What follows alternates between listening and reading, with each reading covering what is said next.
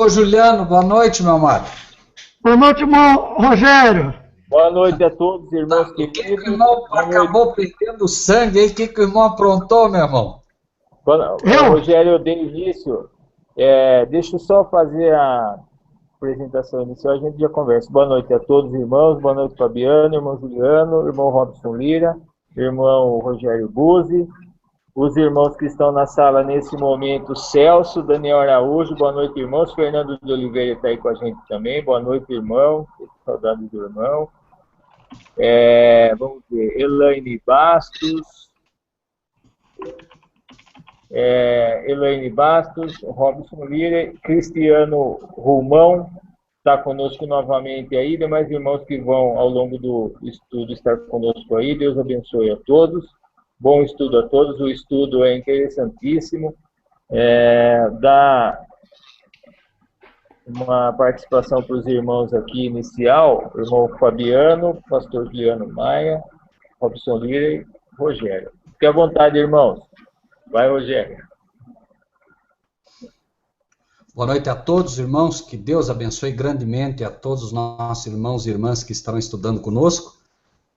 E também aqueles que estarão em contato futuramente com estas verdades, né? Pastor Juliano, irmão Robson e todos que estão aí, enfim, deem o seu boa noite, boas-vindas aí aos nossos amados, e assim que quiserem, aí nós iniciamos o estudo.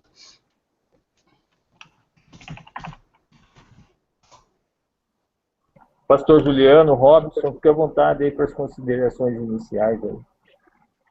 Ok. Boa noite, irmão Rogério, boa noite, irmã Dani, boa noite, Robson, recomendação à irmã Roseli e família.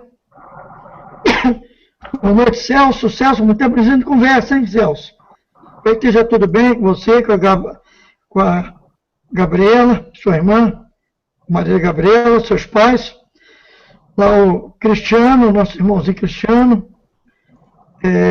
Outros irmãozinhos estão na frequência aí conosco. Boa noite a todos, que Deus possa estar nos abençoando.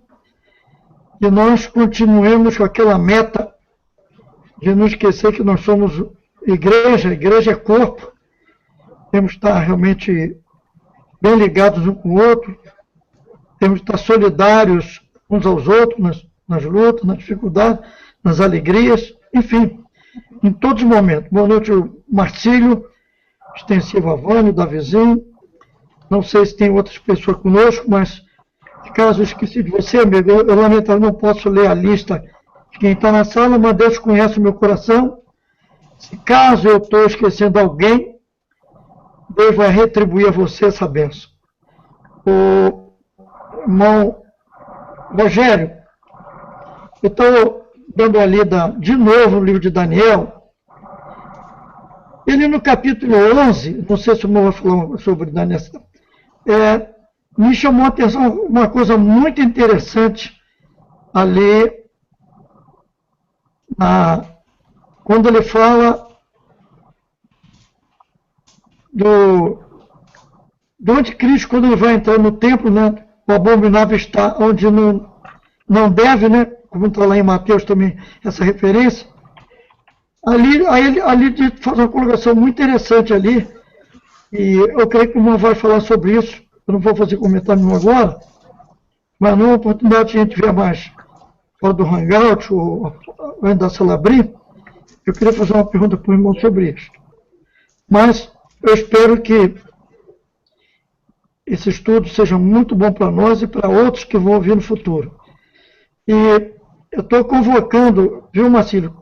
Lembrando a Cristiane Moluna, que ela já está na hora dela vir participar, né?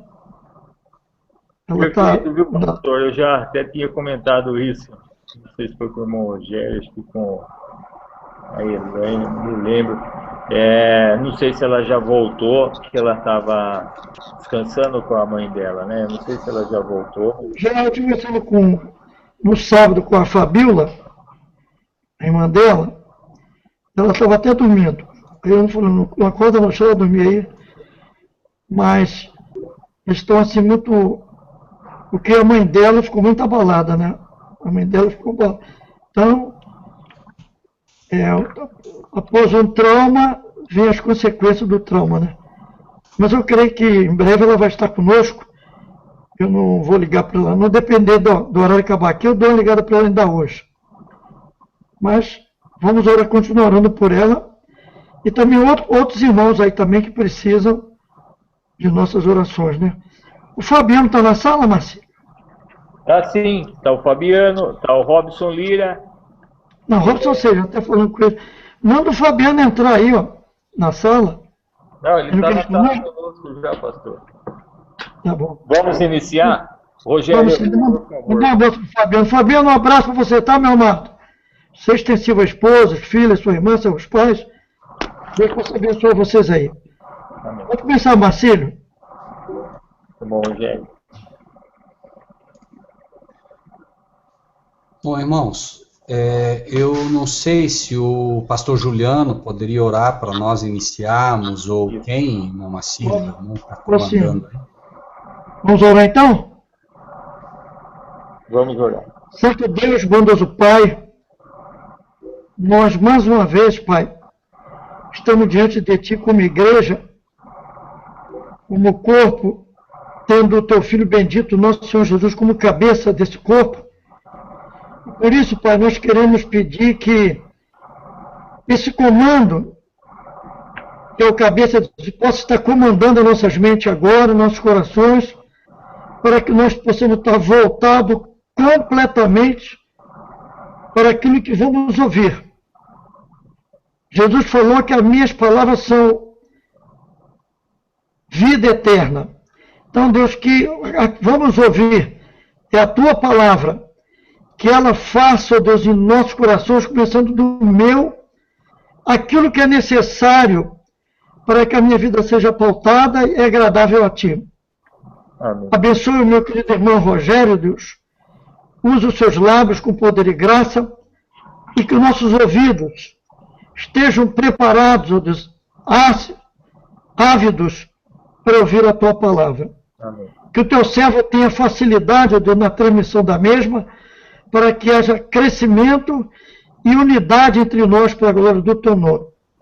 Eu sou o Marcílio, que está sempre preocupado aí em abrir o Hangout, sempre está abrindo a sala, os irmãos que colaboram de outras maneiras, que todos sejam alvo dos Teus cuidados, do Teu grande amor.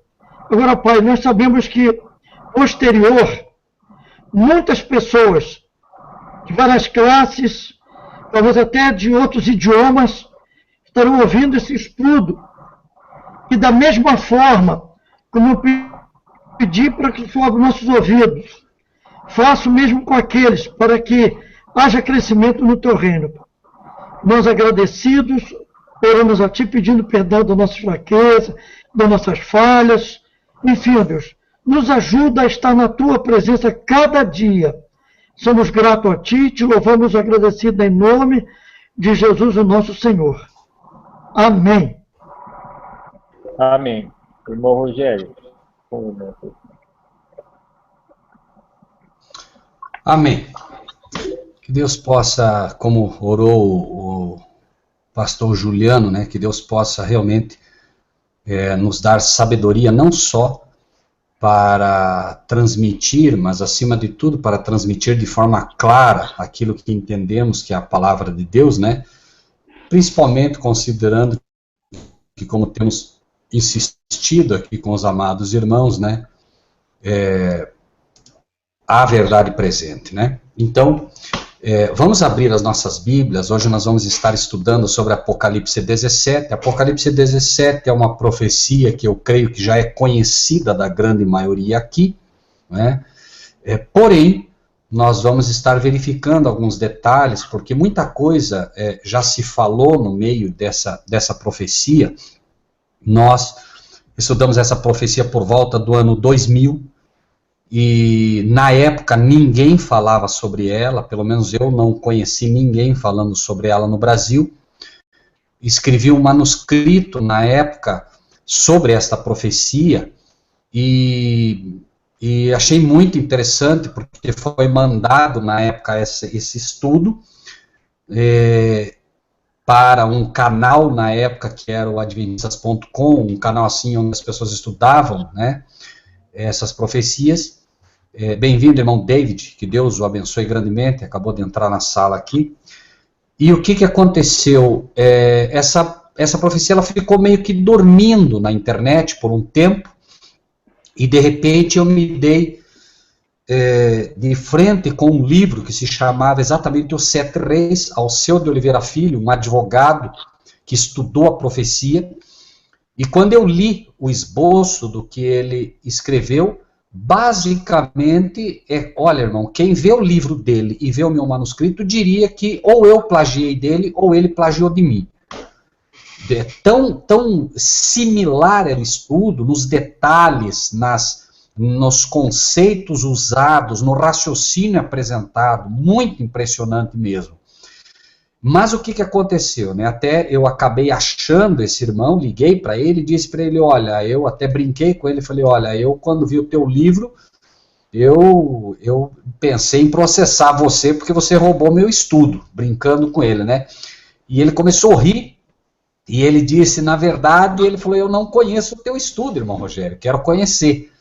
E aí ele acabou, né, tendo ingresso depois no estudo, e eu até depois brinquei com ele, falei, não, eu ia te processar, mas depois me disseram que você é advogado, aí quem vai acabar na cadeia sou eu, então eu não vou avançar com isso. Mas o que quero chamar a atenção dos irmãos, né, para esse aspecto, ou seja, né, Deus, ele revela a várias pessoas, depois ao longo dos anos fomos descobrindo que haviam pessoas na Argentina, nos Estados Unidos, e em vários países que chegaram às mesmas conclusões estudando exatamente essa profecia, né? Então vamos ler, já está sendo colocado aí pelo irmão Marcílio o texto, né? Vamos ler Apocalipse 17, então, a partir do versículo 1, obviamente, né?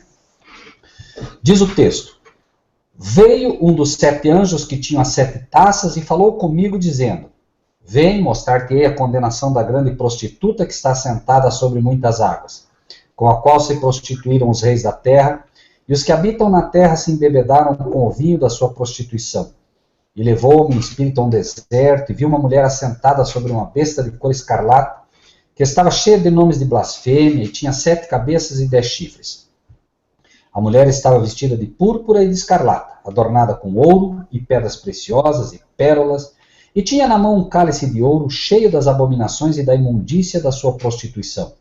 E na sua testa estava escrito o nome, mistério, a grande Babilônia, a mãe das prostituições e abominações da terra. Vi que a mulher estava embriagada do sangue dos santos e do sangue das testemunhas de Jesus. E vendo-a eu, maravilhei-me com grande admiração. Esse é a primeira parte da profecia, onde nós temos, por assim dizer, a apresentação da visão. É importante que se divida a revelação do Apocalipse e esse quadro especificamente, porque nós vamos encontrar a apresentação da visão, nós vamos encontrar a explicação do anjo, que é, obviamente, muito importante, né, de maneira que a gente não precisa navegar, né, não precisa navegar em um mar desconhecido, e finalmente nós temos, né, a interpretação profética, que é necessário, logicamente, só que dentro daquilo que a própria Bíblia apresenta, né? Então, iniciando, veio um dos 7 anjos que tinham as 7 taças e falou comigo, dizendo-me, vem mostrar-te a condenação da grande prostituta que está sentada sobre muitas águas. Em primeiro lugar, vamos ler o que diz Apocalipse no capítulo 15, o versículo 1, para a gente entender o tempo dessa profecia. Por quê? Muita gente diz que esta profecia, ela é uma profecia que já se cumpriu, né? A maioria das pessoas, irmãos, elas usam termos como, por exemplo, né, que e se perdem na profecia porque encontra-se uma aplicação profética no passado e esquece-se que o Apocalipse, né, como ele próprio diz, escreve as coisas que tem visto, as que são e as que ainda virão. Então, o Apocalipse, ele relata o que já aconteceu, como já falamos aqui, né, nada de novo debaixo do sol, relata o que está acontecendo para que você possa ter a história mais próxima de você e relata, assim, o que vai acontecer no futuro, né? Então, mas note que aqui é dito que Apocalipse 15, 1, Vi outro grande e admirável sinal no céu, 7 anjos que tinham as 7 últimas pragas, porque nelas é consumada a ira de Deus. Note então que é impossível colocar isso pura e simplesmente no passado. Você não pode pegar Apocalipse 17, que está dizendo que é um anjo que tem as 7 taças, um dos anjos que tinham as 7 taças, e essas taças não são as trombetas, são de fato as taças, as últimas 7 pragas que cairão sobre a terra, e nenhuma dessas pragas caiu ainda. Então, como eu posso dizer que isso está no passado, se o anjo que vai apresentá-la é exatamente o anjo já com a taça na mão? Esse anjo ainda não recebeu essa taça, tá? Isso não é o estudo agora, mas só para a gente entender o tempo dessa profecia. Os anjos recebem essas taças depois que as trombetas tiverem cumprido o seu papel. Trombetas são os avisos de Deus da destruição que se aproxima, e as taças são, de fato, como diz o texto, né, aquelas que consumam a ira de Deus. Leia-se ira de Deus, o afastamento de Deus, ou seja, gradativamente o Espírito de Deus está sendo retirado da terra. Por isso cada vez nós vemos a violência, a mortandade, a maldade, né, aumentando. Nós vemos aí que nós estamos entrando nas mesmas condições que fizeram com que Sodoma e Gomorra fossem destruídas. Sodoma e Gomorra foram destruídas basicamente porque o pecado do homossexualismo era um pecado que envolviam já inclusive crianças, ou seja, a pedofilia era permissiva ali, e nós já vemos movimentos aqui, inclusive no Brasil já, dando conta disso tudo. Então nós vemos, por exemplo, que o quadro profético de Apocalipse 17 é um quadro que apresenta o cenário do fim, sem absolutamente nenhuma dúvida. Vi outro grande e admirável sinal no céu, 7 anjos que tinham as 7 últimas pragas, porque nelas é consumada a ira de Deus. Então, Apocalipse 17, lendo de novo, esse que é um dos anjos, né, e eu creio, basicamente, por outros aspectos aqui, que é o anjo, inclusive, com a 7ª taça, porque a derrocada final de Babilônia é a última, mas é dito, vem mostrar-te. Então tentem imaginar o cenário, irmãos, tentem ver isso ao lado de João. Imaginem que vocês estão agora, né, ao lado de João, o anjo vem e está mostrando para João e para nós uma figura. Eu pediria ao irmão Marcílio que, por favor, colocasse a figura que foi mostrada a João ali, tá? Mas ele diz o seguinte, vem mostrar-te a condenação da grande prostituta que está sentada sobre muitas águas.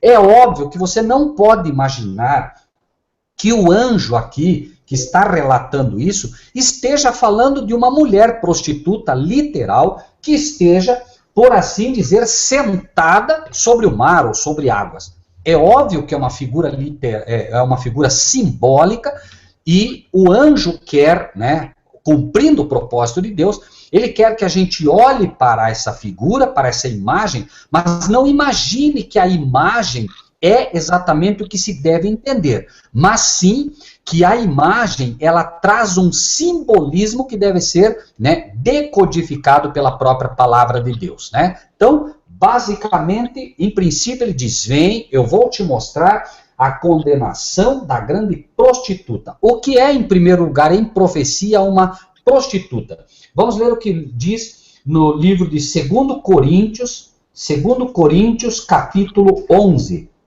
2 Coríntios, capítulo 11, versículo 2.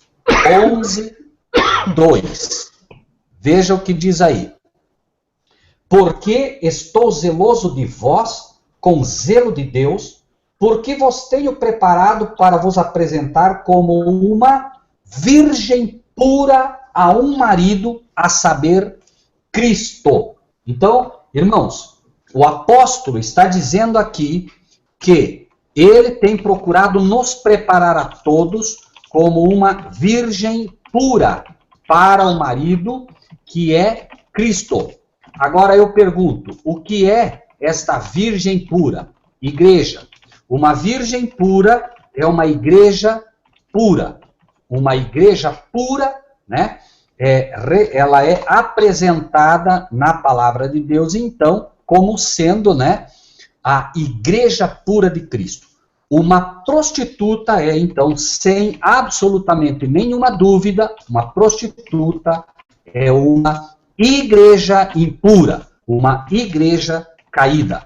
Então, num primeiro momento, nós já temos aí, né, que o anjo diz, vem mostrar que a condenação da grande igreja caída, que está assentada sobre muitas águas. O que são águas em profecia?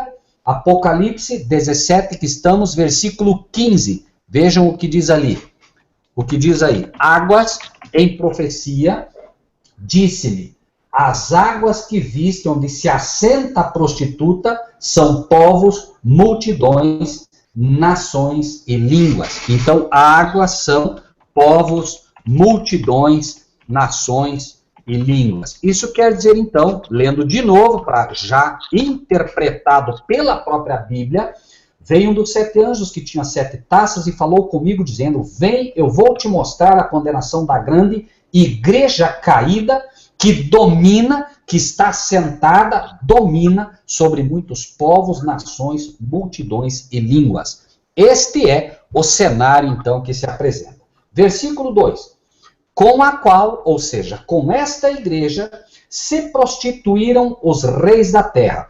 Com esta igreja, se prostituíram os presidentes das nações. O presidente dos Estados Unidos, o presidente ou presidenta do Brasil, os presidentes da terra, todos se prostituíram com ela. Como se prostituíram com ela? Diz mais. Os que habitam na terra se embebedaram com o vinho da sua prostituição. Bom, se os que habitam na terra se embebedaram com o vinho da sua prostituição, não sobrou ninguém? Não, não é isso. Nós não podemos, ainda que pareça claro, nós não podemos aceitar pura e simplesmente a simbologia por aquilo que nós entendemos. Nós acreditamos, quando alguém nos diz os habitantes da terra, nós entendemos imediatamente que somos todos nós. Não, irmãos. Os que habitam na terra, biblicamente, está relatado no capítulo 17 mesmo que estamos, porém no versículo 8. Veja o que diz ali. A besta que viste foi e já não é, a de subir do abismo, irá à perdição. E os que habitam na terra, quem são eles? Cujos nomes não estão escritos no livro da vida desde a fundação do mundo. Então, os que habitam na terra, dentro deste conceito, são os que não têm o nome escrito no livro da vida. Certo?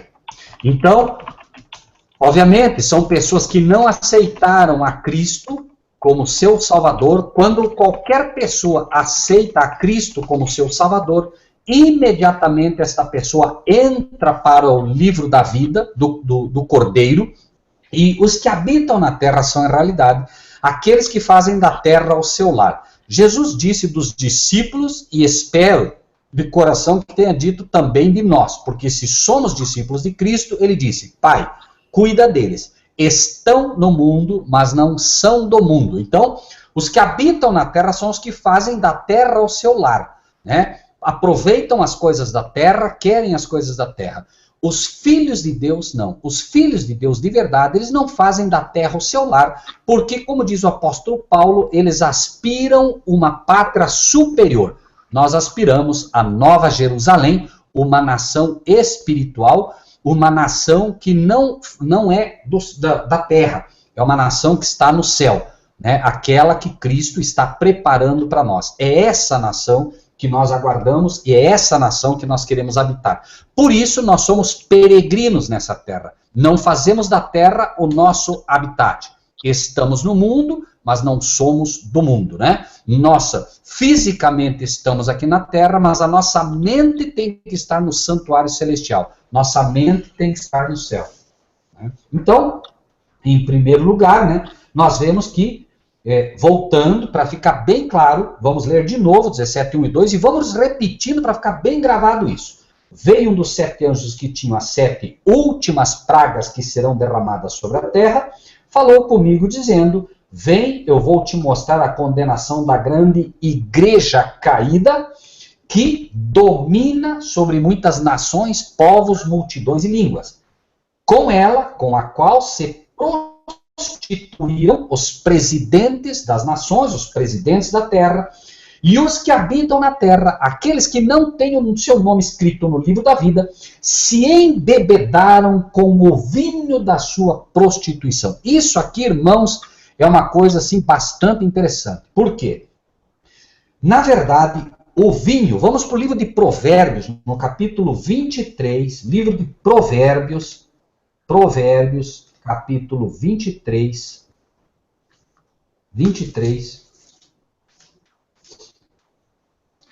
Vamos ler o versículo 29 ao 35. Né? Olha o que diz aí. Para quem são os ais, para quem os pesares, para quem as pelejas, para quem as queixas, para quem as feridas sem causa, para quem os olhos vermelhos, para os que se demoram perto do vinho, para os que andam buscando bebida misturada. Não olhes para o vinho quando se mostra vermelho, quando resplandece no copo e se escoa suavemente, no seu fim morderá como a cobra e como o basilisco piscará. Eu não quero aqui, irmãos, 33. Os teus olhos olharão para as mulheres estranhas e o teu coração falará perversidades. Serás como o que dorme no meio do mar e como o que dorme no topo do mastro. E dirás, espancaram-me e não me doeu, bateram-me e não senti. Quando virei a despertar, ainda tornarei a buscá-lo outra vez.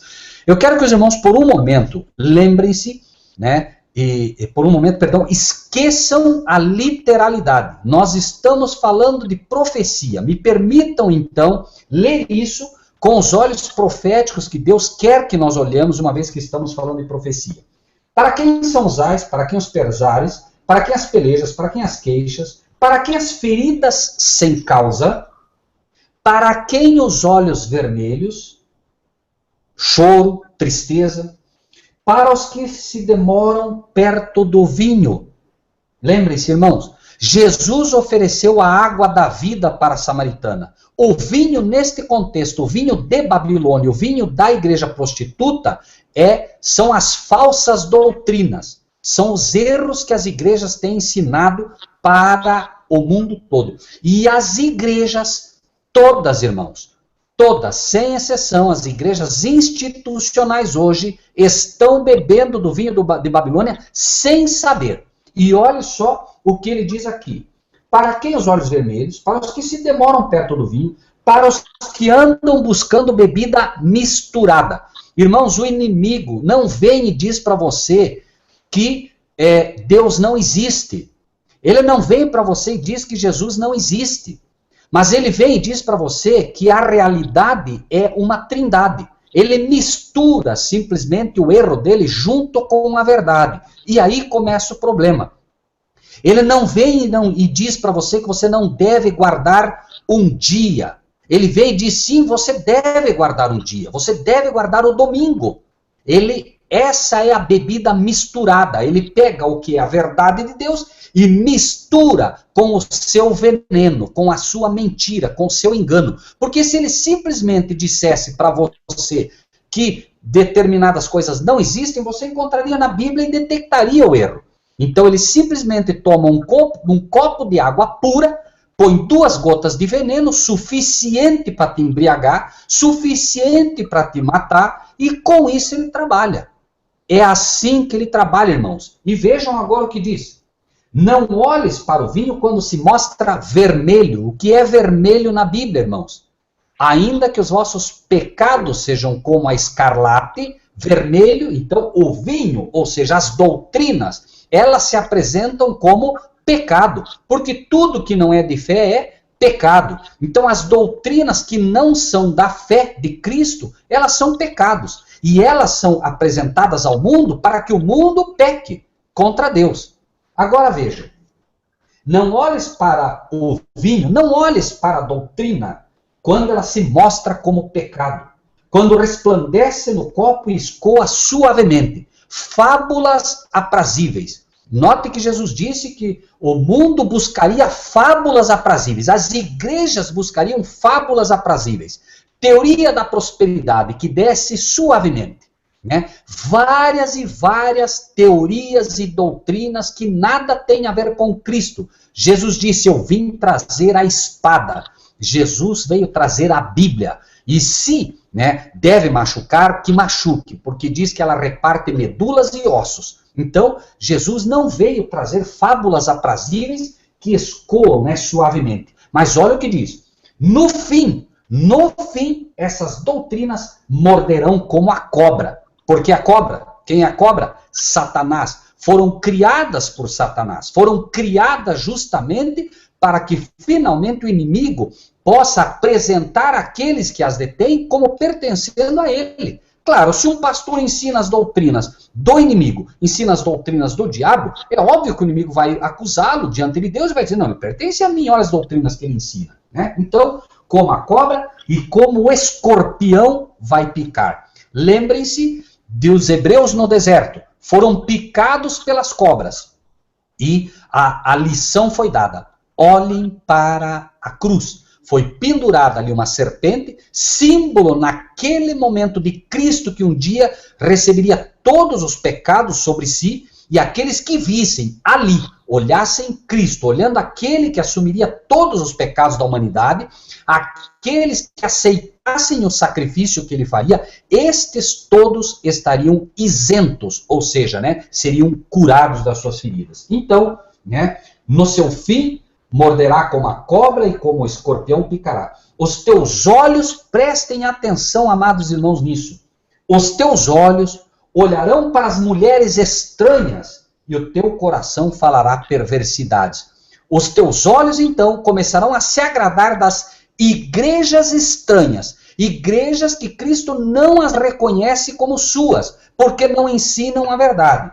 Os teus olhos olharão para igrejas estranhas que eu não conheço, que eu não sou o marido delas, nota que interessante, e o teu coração falará perversidades. É lógico, se eu começo a receber o vinho de Babilônia, a beber o vinho de Babilônia, eu começo a pregar o vinho de Babilônia e eu começo a falar perversidades. Eu começo a ensinar uma trindade que nada tem a ver com Deus, eu começo a ensinar as doutrinas e os mandamentos católicos, que nada tem a ver com Deus, eu começo a ensinar o inferno católico, que mostra um Deus tirano, que vai deixar pessoas queimando por toda a eternidade, e eu começo agora a ensinar doutrinas que foram criadas, inclusive, nos vários concílios de Niceia, Vaticano I, Vaticano II, enfim, os vários concílios babilônicos que apresentaram isso. Finalmente, serás como que dorme no meio dos povos.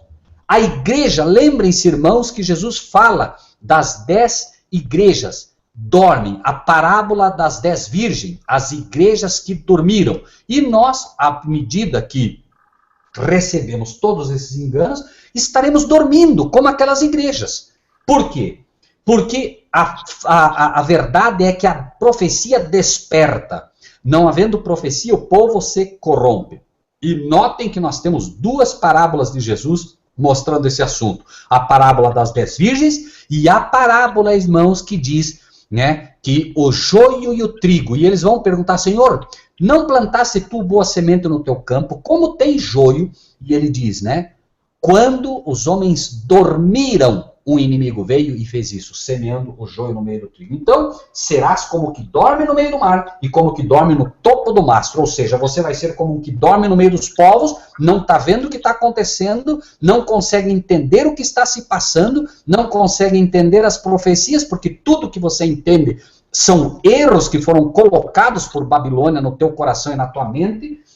E, finalmente, você deixa de ser uma atalaia do Senhor.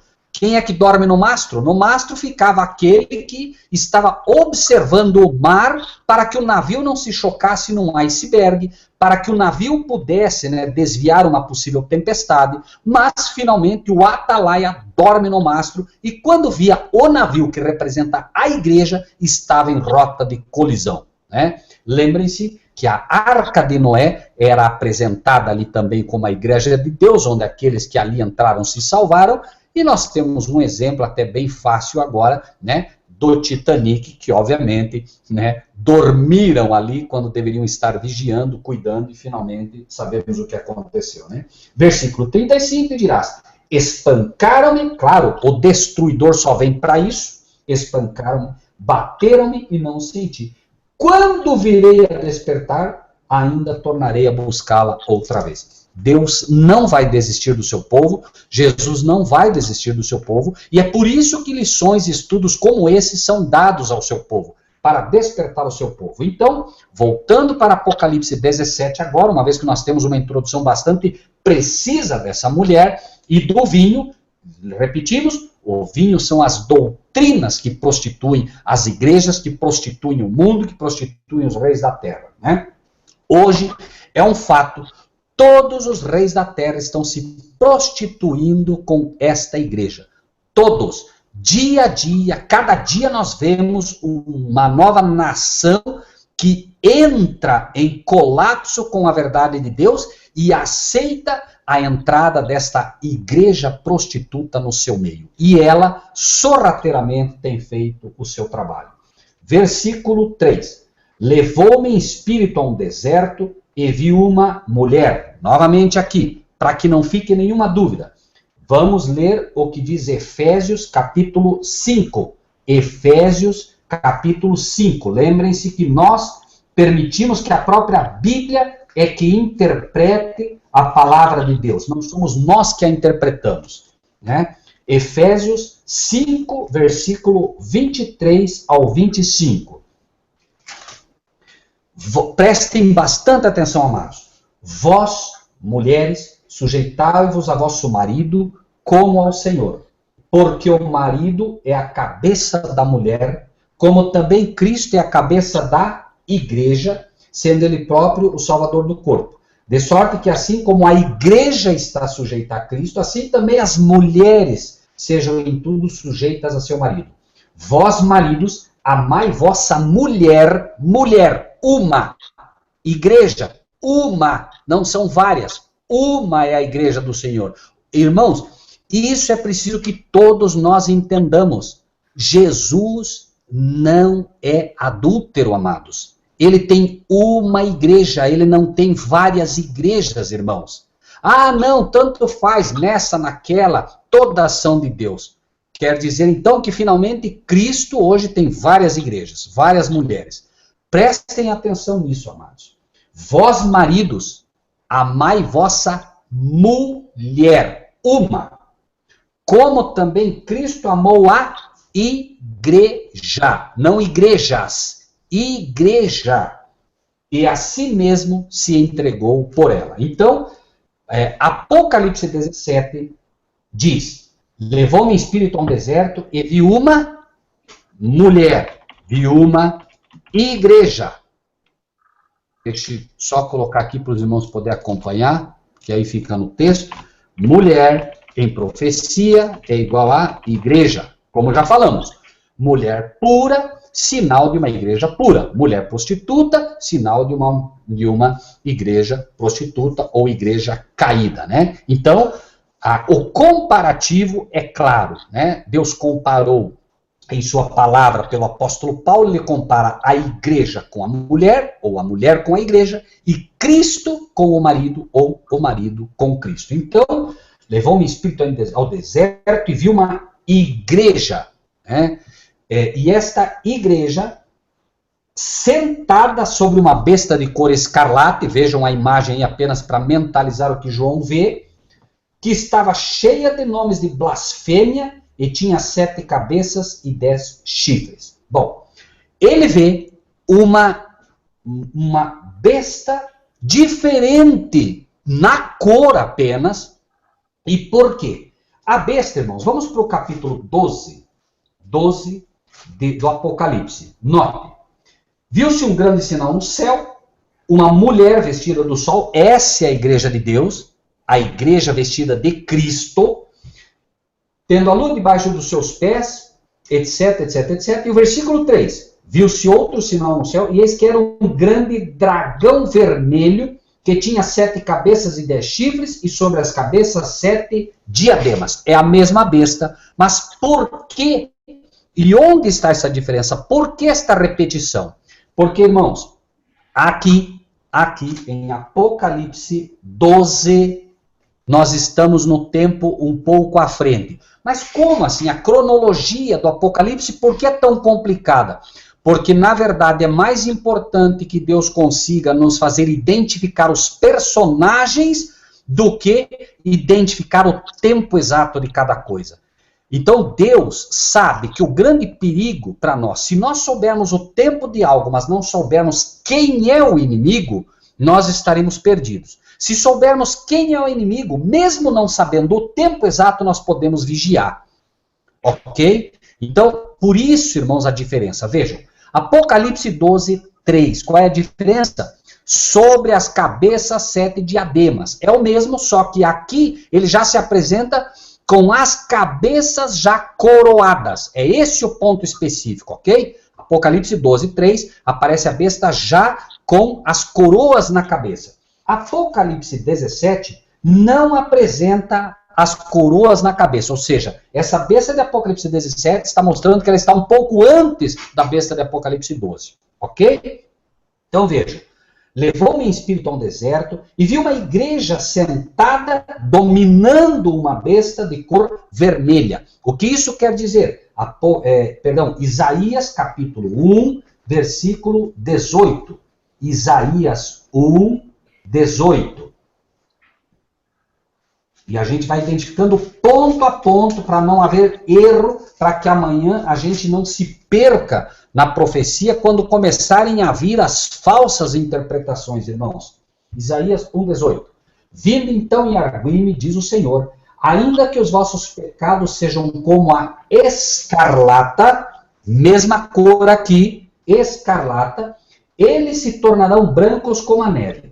Ainda que sejam vermelhos como o carmesim, se tornarão como a branca lã. Então, irmãos, vermelho, a cor vermelha na Bíblia é igual a pecado, ok? Então, levou-me em espírito ao deserto e vi uma igreja dominando sobre uma nação cheia de pecado. Por isso se apresenta a vermelha. Lembre-se que no santuário, quando Deus pediu a Moisés que construísse o santuário, disse Moisés, para a cobertura da tenda do tabernáculo, você pegará pele branca e vai tingir de vermelho. Por quê? Estava representando Cristo que viria à terra, seria puro, mas seria tingido, uma coisa antinatural, ou seja, ele receberia sobre si todos os nossos pecados. Diferente dessa nação, que ela está, sim, cheia de pecados por ela própria, pecados que ela comete, né? E aí a gente vai identificando, né? Então, uma besta, né, cheia de pecados, que estava cheia de nomes de blasfêmia. Então, outro elemento aqui. Entre todos os pecados que ela tem o pecado também da blasfêmia. Qual é o pecado da blasfêmia? Capítulo 10 do livro de João.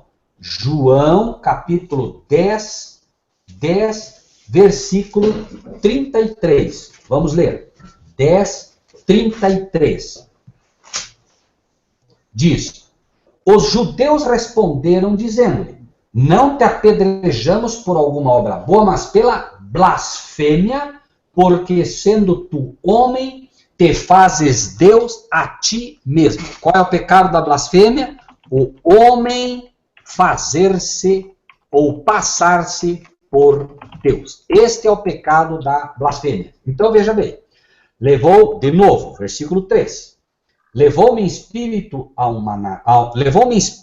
um deserto, vi uma igreja que dominava sobre uma nação de cor vermelha, cheia de pecado, e esta nação estava cheia de nomes de blasfêmia. Esta nação, ela arrogava-se através das suas crenças o fazer do seu líder um Deus. Entre as crenças, entre aquilo que ela cria, ela crê que o seu líder é Deus. Vão mentalizando, irmãos, quem pode ser. Tinha 7 cabeças. Cabeça. Daniel, capítulo 2, versículo 38. Daniel, capítulo 2, versículo 38. O que é cabeça em profecia?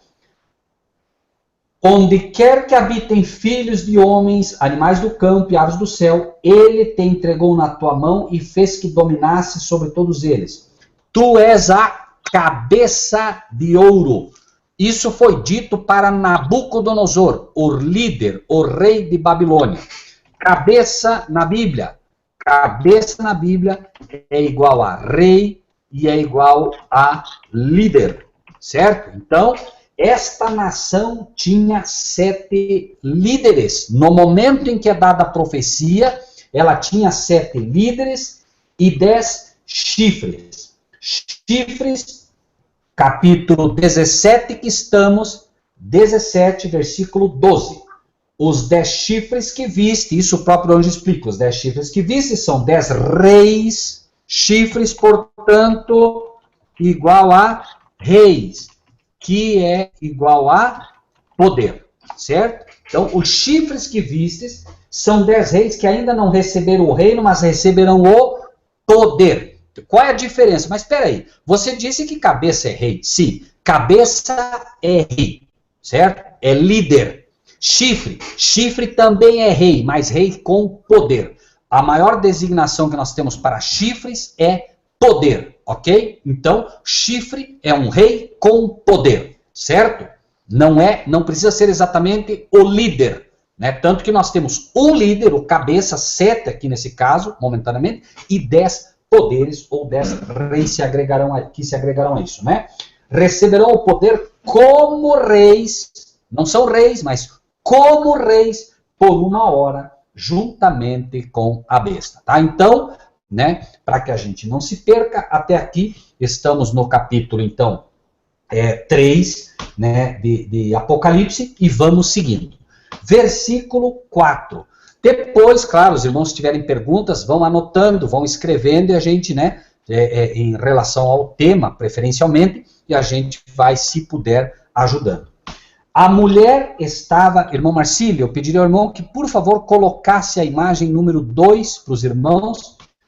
A mulher, irmãos, de novo, vamos lá, e a igreja estava vestida de púrpura e de escarlate, né? Púrpura, roxo, escarlate, vermelho, né? Vamos ver rapidamente púrpura. Marcos capítulo 15, versículo 17. Marcos capítulo 15, versículo 17.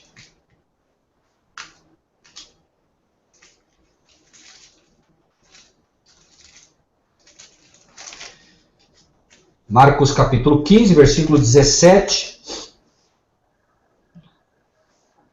Vestiram-no de púrpura e, tecendo uma coroa de espinhos, a puseram na cabeça. A cor púrpura é a cor do manto que foi dado a Cristo, certo? O manto que tem a simbologia do manto púrpura é exatamente a de que o manto de Cristo nos cobre do pecado. Porém, esta igreja aqui faz uso de vestimentas desta cor. E não só... Na verdade, a cor que é dito aqui sobre a que a igreja se veste, está querendo dizer também que esta igreja, né, estes que usam essa vestimenta, estão sendo colocados no lugar de Cristo. Ou seja, este manto, esta cor, está querendo dizer ao mundo que eles representam a Cristo, certo? Mas esta igreja não se veste apenas de púrpura, ela se veste também de escarlata. Irmão Marcílio, por favor, a figura número 3, se é possível. Vejam, irmãos, que os bispos têm a cor púrpura como sua cor oficial. E quem usa a cor vermelha também como cores oficiais? Notem que esta igreja, ela usa 2 cores como cores oficiais, né? Claro, nós sabemos o que significa, né? Nós sabemos que o que ela quer vender ao mundo é a ideia do manto de Cristo, ou seja, pessoas que representam a Cristo, e finalmente, né, os cardeais, que nós sabemos que se vestem de vermelho, né? Aqui não há muito que se complicar, né? Adornada com ouro, figura número 4, por favor, irmão Marcílio, se for possível, a figura número 4, né? Ela é adornada com ouro, ou seja, é uma igreja riquíssima, né? Vamos apenas esperar como o Marcílio coloque a figura número 4. Agora a gente acelera um pouquinho, né? Dá um pouquinho de trabalho, mas é bom a gente visualizar, porque aí a coisa vai ficando clara para cada um de nós, né? Então, é dito que a igreja estava vestida de púrpura, como vimos, de escarlata, vermelho, né? Que é a cor dos cardeais, e adornada com ouro, ou seja, né, uma igreja de fato bastante rica, né? Aguardamos só que entre a imagem e aí a gente prossegue para que os irmãos possam estar mentalizando isso, né? Enquanto a figura não aparece aí, tinha na mão um cálice de ouro cheio das abominações e da imundícia da sua prostituição. O livro de 1 Coríntios, enquanto o irmão vai procurando as duas figuras aí, o livro de 1 Coríntios, no capítulo 10, aí está, né? É fácil de identificar esta igreja, não é nada difícil, a Bíblia, né? Então, 1 Coríntios, capítulo 10, versículo 21 diz: não podeis beber o cálice do Senhor e o cálice dos demônios. Não podeis ser participantes da mesa do Senhor e da mesa dos demônios. Ou seja, Deus está mostrando que a mesa do Senhor, o altar do Senhor, né? E o altar do Senhor, a mesa do Senhor hoje, ele tem que estar na igreja, ele tem que oferecer o cálice do Senhor, ou seja, né? A bebida pura, né? A verdade, né? Não bebidas misturadas, não esses cálices, né?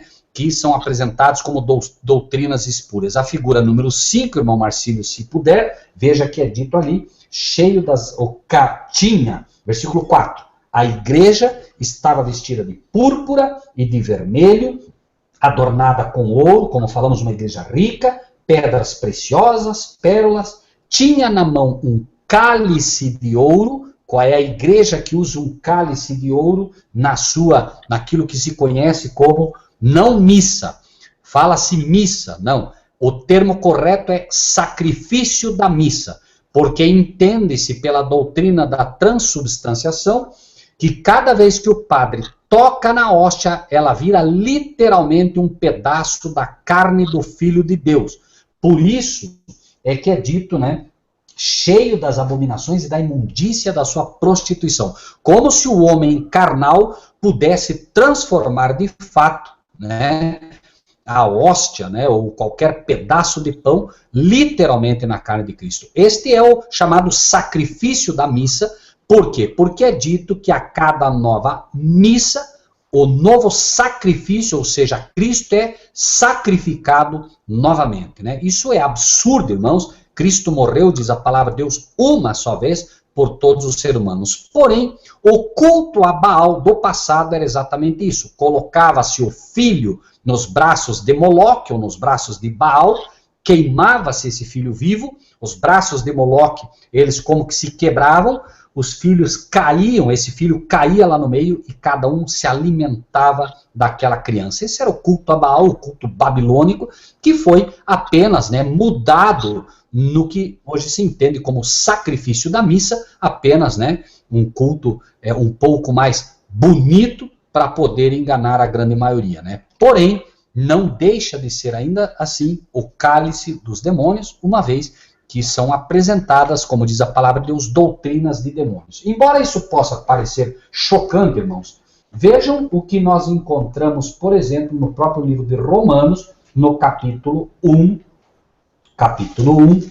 o que diz, né? É dito aqui, capítulo 1, versículo 21 até o 26, diz: porquanto, tendo conhecido a Deus, não o glorificaram como Deus, nem lhe deram graças. Antes, em seus discursos se desvaneceram e o seu coração insensato se obscureceu. Lembre-se que essa é uma carta aos romanos, carta à Igreja Católica, carta aos católicos, para que eles possam entender o que está acontecendo. Dizendo-se sábios, tornaram-se loucos. Mudaram a glória do Deus incorruptível, mudaram a glória do nosso Deus, o Pai de todos nós, o Pai espiritual de todos nós, que é o nosso Deus, que está no céu. A ninguém chameis de vosso Pai na terra, porque um só é vosso Pai que está nos céus, né? mudaram a glória do Deus incorruptível em semelhança da imagem de homem corruptível. O homem corrupto se diz Deus, né? E de aves, de quadrúpedes e de répteis. Pelo que também Deus os entregou às concupiscências do seu coração, a imundícia, para desonrarem o seu corpo entre si. Não estranhem se no meio, né, católico, entre os padres, a pedofilia e o homossexualismo é tão agravante. Isso é um fato que está aqui, já estava revelado que ia acontecer. Por quê? Porque, versículo 25, porque mudaram a verdade de Deus em mentira e honraram e serviram mais a criatura do que o Criador, que é bendito eternamente. O mundo se prostra aos pés da besta, honrando mais a criatura do que o Criador.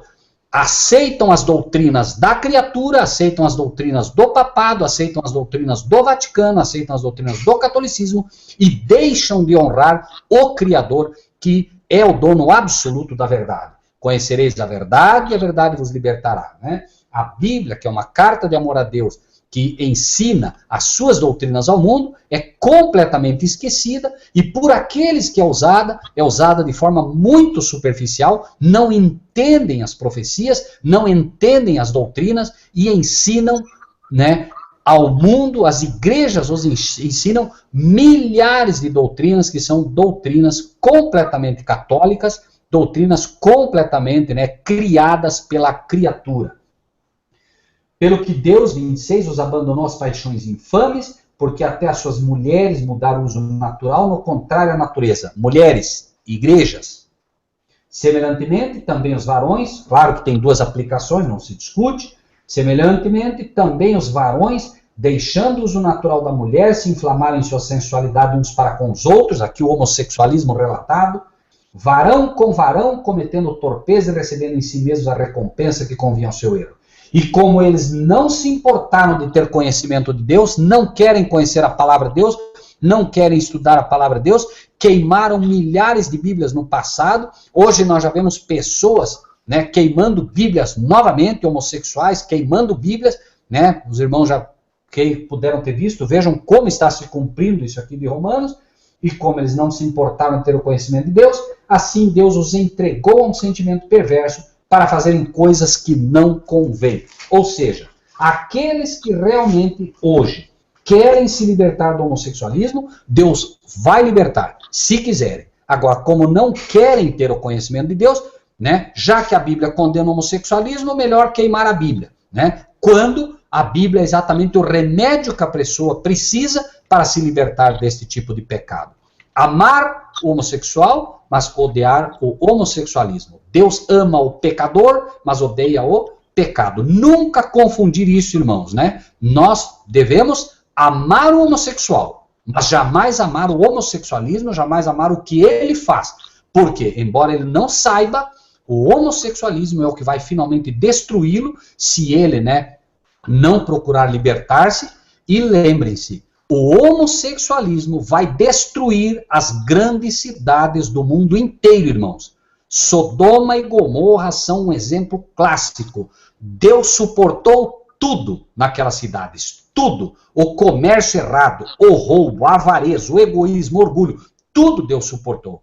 Porém, quando quiseram pegar aqueles homens na marra e ter relações sexuais com eles na marra, Deus interviu e finalmente destruiu completamente Sodoma. Foi o pecado do homossexualismo que destruiu as grandes cidades portuárias do passado, Sodoma e Gomorra, e é o pecado que vai destruir finalmente as grandes cidades no nosso tempo, irmãos. Então, quando nós procurarmos ensinar e explicar esse tipo de assunto às pessoas, bastante cuidado. Nós não podemos julgar o homossexual. Né? A Bíblia julga e condena o homossexualismo, porém é preciso ter cuidado quando se fala dessas coisas, né? Bom, então, repetindo, né? 17, vamos ler de novo agora Apocalipse 17, 1 a 4, para rememorizar o que vemos até aqui.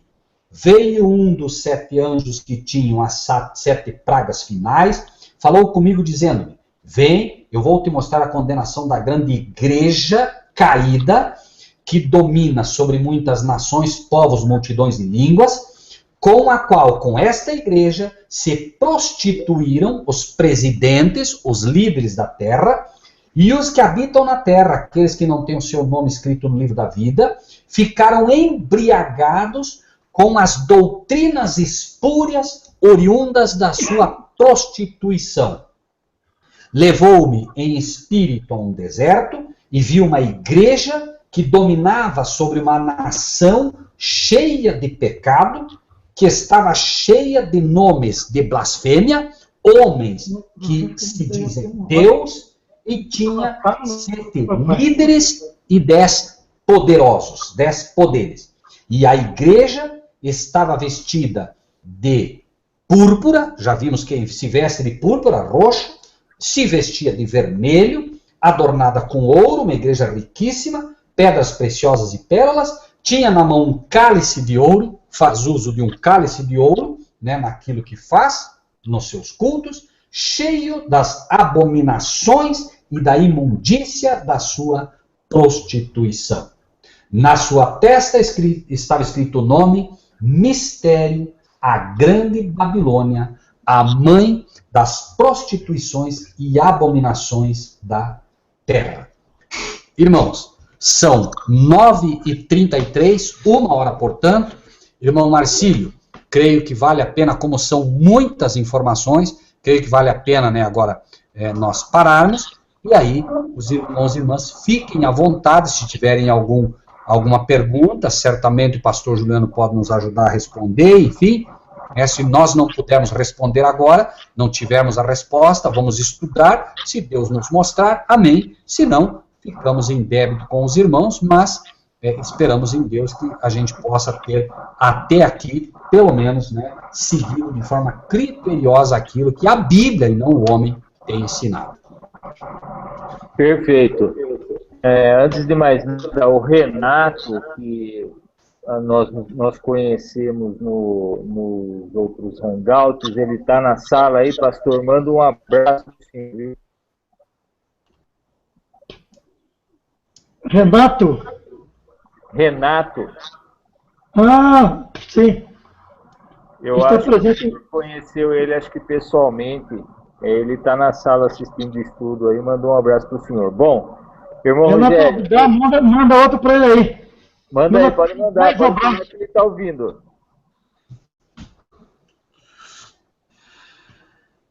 Pode falar, pastor, ele está ouvindo. Então, ô Renato, obrigado pelo abraço, Deus te abençoe, viu? Sinta-se bem no nosso meio e se alimenta desse pão poderoso, viu? Amém. A palavra de Deus, ela é muito poderosa. Me prazeis e ficamos satisfeitos de você estar participando, viu, Renato? Deus te abençoe e participe em outros hangouts, viu? Sábado, nós temos quarta-feira agora e sábado tem outro hangout. Então, você vai nos dar muito prazer realmente também de estar conosco. E convide outras pessoas para que possam também participar, né, Marcelo? Amém. Nós temos, pastor Juliano, 23 pessoas assistindo, viu, pastor? Amém. Que maravilha, hein? Que bom. Que cada um desses 23 convidar mais um, será 46. Não é? Se convidar mais um, será 92. E assim vai multiplicando, né? Amém. Bom, irmãos que estão na sala e estão ouvindo isso tudo, se tem perguntas, coloca lá no chat que a gente já transmite aqui para o irmão Rogério, para o Robson, o Fabiano está na sala também, só ouvindo aí. Achou interessante a explanação profética, profética não, aquela revelação de provérbios lá é espetacular, aquilo lá, em profecia aquilo ali é demais, né? Mexeu com o Fabiano que eu vi aí. Bom, irmão Rogério, eu posso até começar com o primeiro assunto aí, que é polêmico. Eu estava até conversando com uma irmã esses dias aí, é um fato difícil de aceitar, eu sou tranquilo com essas coisas, já sei que é assim mesmo, vai ser e acabou. É fato que o diabo está no comando das igrejas. É meio difícil de aceitar, já vou ser claro e falar isso mesmo, porque, inclusive nas mulherzinhas nércias de 2 Timóteo 3, 6, eu acho também. Deve ser essa passagem aí que é o tempo de hoje, que fala dos pastores lá, avarentos, presunçosos, arrogantes, blasfemos, e por aí vai. É fato isso, né, irmão Rogério, sobre a situação das igrejas aí, né? Irmão Marcílio, muitas pessoas acabam se escandalizando às vezes porque elas têm no coração que um falso pastor deva ser um pastor mau. Um falso pastor não necessariamente tem que ser um pastor mau. Ele pode ser uma pessoa muito bacana, muito bom. O que determina um falso pastor é se ele ensina falsas doutrinas. Então, por exemplo, no momento que eu posso entra por outra porta no aprisco, né? Que é o ladrão saqueador. Claro. O que está direcionadamente já propenso a trabalhar dessa forma na obra. Veja, nós temos duas perguntas aqui, irmão Marcílio, se o irmão me permite, né? Quanto a essa questão das igrejas, né? Nós não somos pessoas que devemos nos escandalizar. Se Deus diz que é e acabou, né? E o livro de Isaías diz, 7 mulheres dirão naquele tempo. Irmãos, o Apocalipse resumiu todas as igrejas do mundo em 7. São 7 cartas às igrejas. A sua igreja, a minha igreja institucional, vejam bem, ou ela está num ou no outro desses.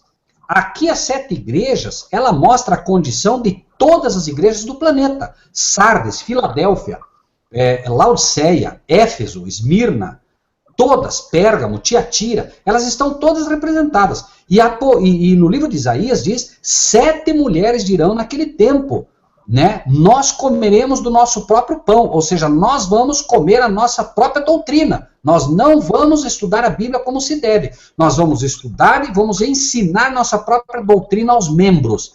E nós vestiremos do que é nosso. Nós vamos nos vestir da nossa própria vestimenta. Nós não queremos nada com a justiça de Cristo. Só que as pessoas confiam nos pastores. O que é que se pode fazer? Bom, agora vamos lá. Então existe aqui, apenas para poder, né, a gente não se perder. Em primeiro lugar aqui, tem uma pergunta aqui do irmão Cristiano Romão que diz o seguinte, só um minutinho, tá? Perdão, primeiro do irmão Celso. Os 10 reinos profetizados. Irmão Rogério, a Lúcia Maria está perguntando, tem DVD? Acho que ela pode entrar em contato, ela pode entrar no site, né, irmão? Tem, entra no site estou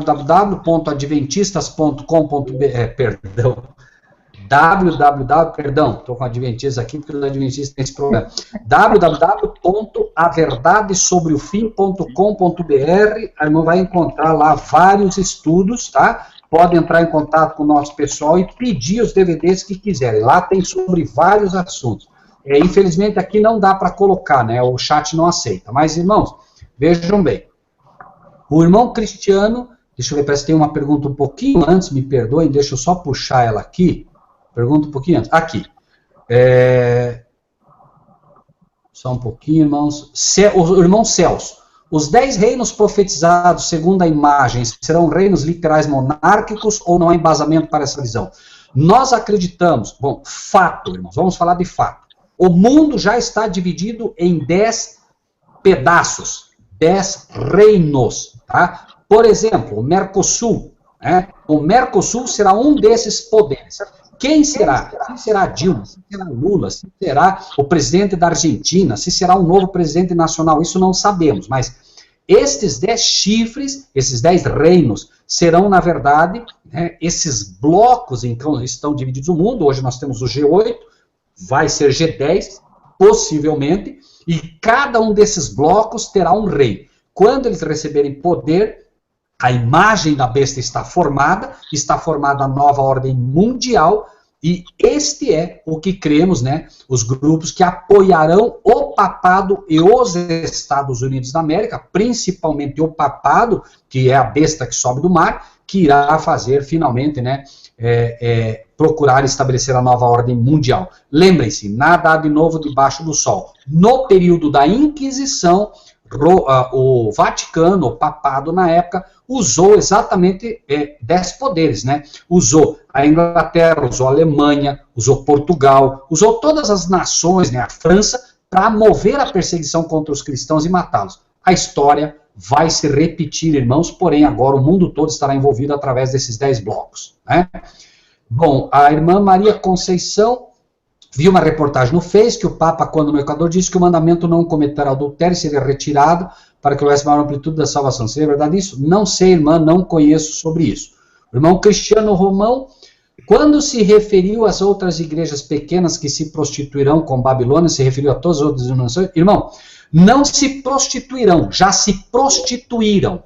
As igrejas, de um modo geral, elas nasceram de pessoas que saíram da Igreja Católica, mas saíram com muito do vinho de Babilônia. É preciso retirar. Por isso, a segunda mensagem angélica de Apocalipse 14, a partir do versículo 7, diz: sai dela, povo meu. O povo de Deus deve aprender a sair dessas instituições todas e ser como foi na época dos discípulos. Pergunta simples e direta: qual era a igreja que os discípulos seguiam quando Cristo estava com eles? Institucional? Nenhuma. Eles seguiam a Cristo. A igreja era nos montes, a igreja era nos campos, a igreja era nas encostas das montanhas. A igreja que Cristo está formando de novo está livre de pedras, porque as instituições roubaram o coração do povo de Deus. Os 10 reinos profetizados, segundo o sonho de Nabucodonosor, deverão ser reinos literais monárquicos ou não há embasamento para essa afirmação? É o que acabamos de explicar. Os 10 reinos profetizados no sonho de Nabucodonosor, os 10 dedos de lá e os 10 chifres desta besta são exatamente a mesma coisa hoje, irmão. Deixa eu ver aqui o que mais, me perdoem. Os 10 reinos, tá, já vimos. Irmão Rogério, a palavra mistério escrita na testa da meretriz, Igreja Católica, podemos interpretar como sendo a Trindade? A Trindade é só mais uma doutrina das muitas, embora esta seja a principal doutrina. Obrigado, irmão Marcílio. O irmão Marcílio está mostrando aí um livro, aqueles que quiserem, né? Esse livro nós entregamos eles gratuitamente, um livro, Sai dela, povo meu, mostrando exatamente a segunda mensagem que Deus está dando ao mundo todo agora. Está registrada, falamos no livro de Apocalipse, capítulo 14, a partir do versículo 6, são as 3 mensagens ali, né? Então, a palavra mistério, né? Ela, irmão Robson, não é pura e simplesmente é a doutrina da Trindade. Na verdade, lembre-se que o texto que irmãos lê, na sua testa estava escrito o nome mistério, a grande Babilônia, a mãe das prostituições. É verdade que o irmão está certo, porque diz, né? A própria Igreja Católica defende, né, que a doutrina da Trindade é um mistério. Então, tem a ver? Tem a ver, mas não é só isso, meu irmão. Por quê? Lembre-se que do período de 538 a 1798, a Igreja criou muitos dogmas. Por exemplo, um dogma que é outro mistério. A Assunção Virginal de Maria, ou seja, né, para a Igreja Católica, Maria morreu virgem. O que nós sabemos que não é verdade, porque ela teve outros filhos com José, mas é outro mistério, né? A igreja, obviamente, ela cria doutrinas, o tempo mostra que as doutrinas não suportam o crivo bíblico, então o que se faz? Mistério. É muito mais fácil, né, dizer que é um mistério do que tentar explicar aquilo que não se pode explicar, né? Apocalipse, em busca da verdade, Apocalipse 14:4, esses são os que não estão contaminados com mulheres. Obrigado, irmão Fabiano, correto, fantástico esse texto, Apocalipse 14:4, falando dos 144 mil, né, fala que esses são os que não estão contaminados com igrejas, porque são virgens doutrinariamente. Ninguém hoje pode ser virgem doutrinariamente se segue uma igreja institucional, porque a igreja institucional não deixa que você estude e pregue o que você aprendeu, né? Irmão, isso pode acontecer igual na Inquisição se trabalharmos no domingo? Vai acontecer com certeza. Primeiro multa, depois prisão e depois decreto de morte. Isso vai acontecer, ainda que pareça absurdo hoje. Quem viver, verá, irmãos, né? A palavra de Deus vai finalmente mostrar Isso mesmo, né? Daniel Araújo colocou, esses são os que seguem o Cordeiro por onde quer que vá. Amém. Apocalipse 14, muito bem.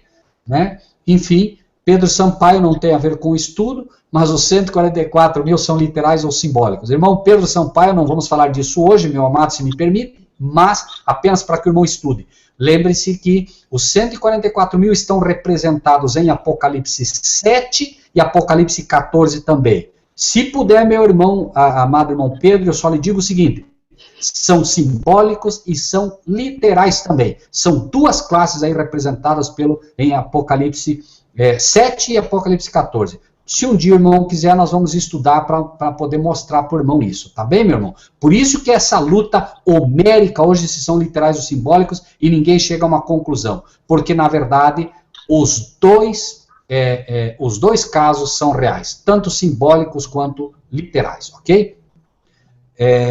Bom, aí estão perguntando aí sobre alguns livros, os irmãos aí, enfim, me parece que estamos aí. E realmente, se posso aqui, irmãos, falar sobre esse livro, os irmãos estão falando sobre a grande controvérsia, irmãos, leiam esse livro, tá bem? Fora a Bíblia, não conheço livro melhor que esse, tá? A grande controvérsia, para quem gosta de profecia, para quem gosta de alimento puro, é fantástico, né?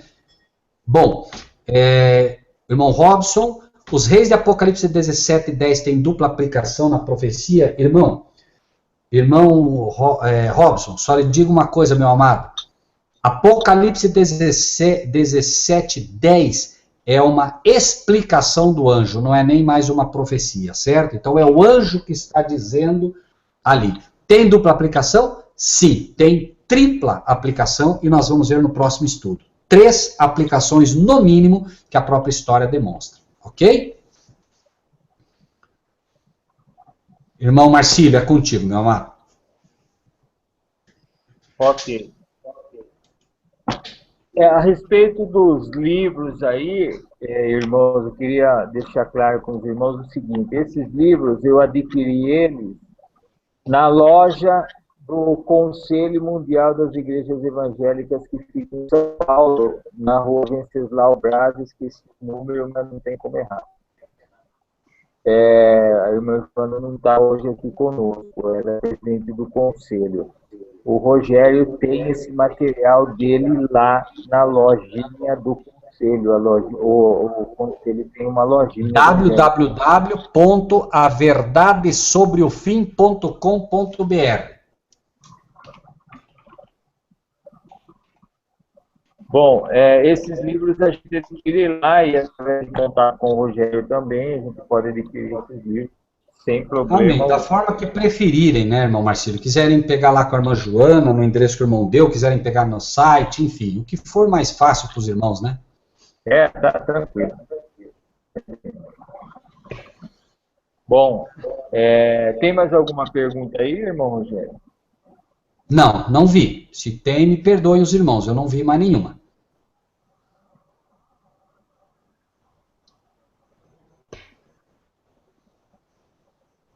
Eu coloquei também a imagem mas não está saindo lá. Bom, vamos orar? Saiu. Vamos. Esse é um jornal que o irmão Rogério tem também, nós temos aqui. Se o irmão quiser, faz contato com Oi, irmão Marcílio. Oi. Esse jornal, uns 3 meses atrás, eu e a irmã Valéria e a irmã Maria Conceição, que tem também na sala, e alguns dos irmãos, fizemos um evangelismo aqui no Brás, né? Entregando esse jornal ao derredor ali do Templo de Salomão, da Igreja Assembleia de Deus ali do pastor Samuel Ferreira, da Igreja Católica de São Batista, que é uma igreja que fica de frente para a Igreja Universal, de uma igreja Plenitude de Deus, que é de um pastor bem conhecido, Arthur Duque, também mais para frente tem a Igreja do Valdomiro Santiago. A gente foi uma experiência muito edificante, né, mas ela foi muito complicada, né? Eu não pensei que fosse tão difícil a gente pegar esse material, a gente foi utilizado pelo segurança da igreja, estávamos no calçada, até nessa reta da rua, e mesmo assim eles não deixaram a gente pegar esse jornal, né, porque esse jornal ele é espetacular. né? Eu já li ele umas 3 ou 4 vezes, né? Dei para familiares aqui em São Paulo, para amigos do trabalho, e o pessoal ficou assim perplexo com as informações que eles nunca ouviram falar isso nas igrejas, né? E a gente tem a paciência aqui de estar explicando para eles pela Bíblia.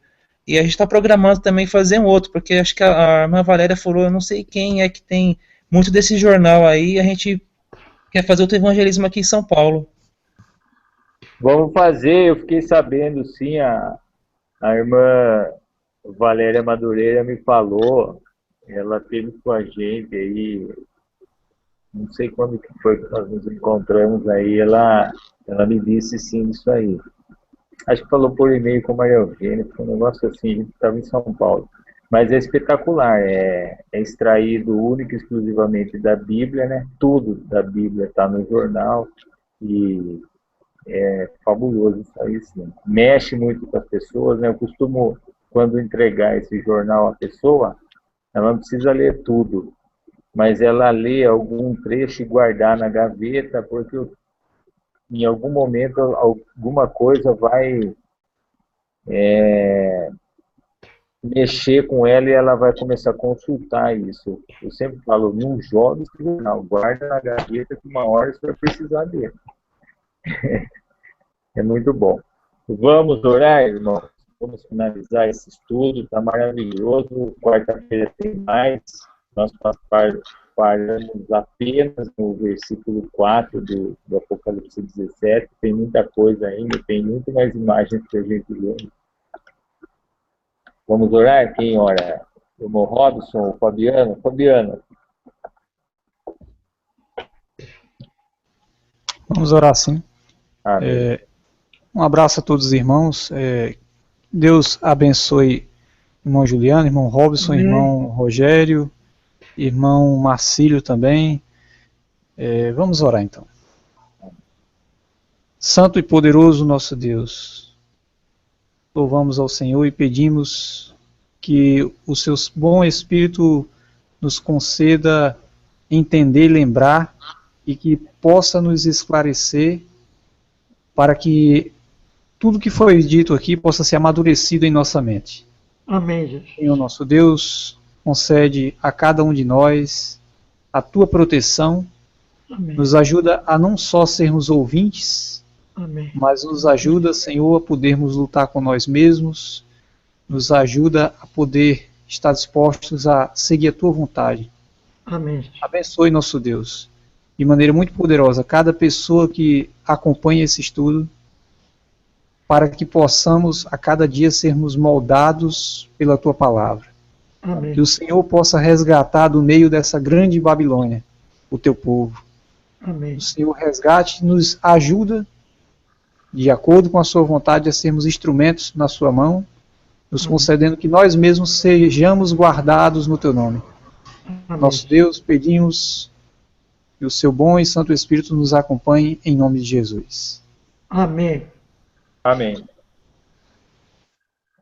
Estou deixando um salmo aí, pastor, no chat lá na sala do lado de fora lá, o Salmo 119, versículo 108, que diz o seguinte: aceita, Senhor, eu te rogo, as oferendas voluntárias da minha boca, ensina-me os teus juízos.